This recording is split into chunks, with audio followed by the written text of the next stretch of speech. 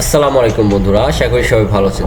তো দেখতে পাচ্ছেন খেজুর গাছের রস সংগ্রহ করার জন্য একজন গাছী একটি ঠেলে বা মাটির কলসি বা হাঁড়ি যেটাই বলি না কেন সেটা নিয়ে গাছের মাথায় উঠে গেছে। আর উনি হচ্ছে এই খেজুর গাছ থেকে রস সংগ্রহ করার জন্য খেজুর গাছের যে মাথা এটা পরিষ্কার করে ঠেলেটা পেতে দিবে। তো এই দৃশ্যগুলো, এই অপরূপ দৃশ্যগুলো আসলে সময়ের সাথে এখন বিরল হয়ে যাচ্ছে, এখন আর আগের মতো দেখা যায় না। আর এই দৃশ্যটি ধারণ করা হয়েছে নড়াইলের লোহাগড়া থানার অন্তর্গত একটি গ্রাম থেকে।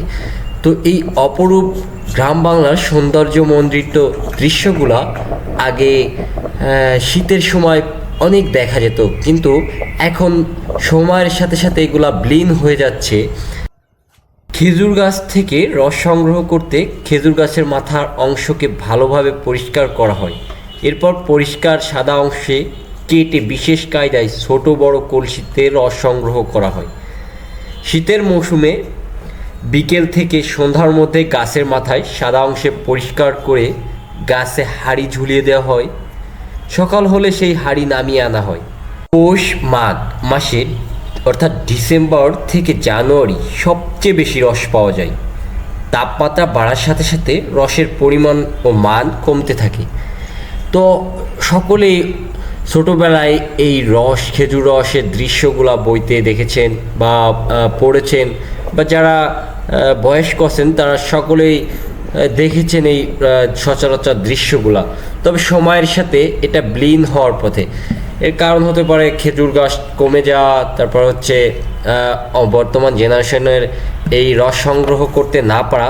তো সব মিলিয়ে এই দৃশ্যগুলো সচরাচর কিছু নির্দিষ্ট এলাকা ব্যতীত সবখানে দেখা যায় না বর্তমান সময়ে। গ্রামে এখনও চোখে পড়ে খেজুর গাছের ঝুলন্ত হাঁড়ি। শীত আসলেই খেজুরের রসে ঘ্রাণে ভরে ওঠে গ্রাম বাংলার প্রকৃতি।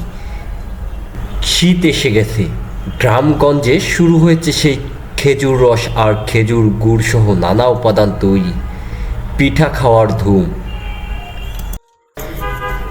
গ্রামের এক নির্জন রাস্তা দিয়ে যাওয়ার সময় এই দৃশ্যটি আমার চোখে পড়ে, আর আমি গাড়ি থামিয়ে ভিডিও করতে লেগে গেলাম। কারণ সচরাচর গ্রামে থাকা হয় না, যার কারণে আমিও দেখতে পারি না এই দৃশ্যগুলা। সো আমারও অনেক ভালো লেগেছে অনেক দিন পরে এই দৃশ্যটা দেখার পর।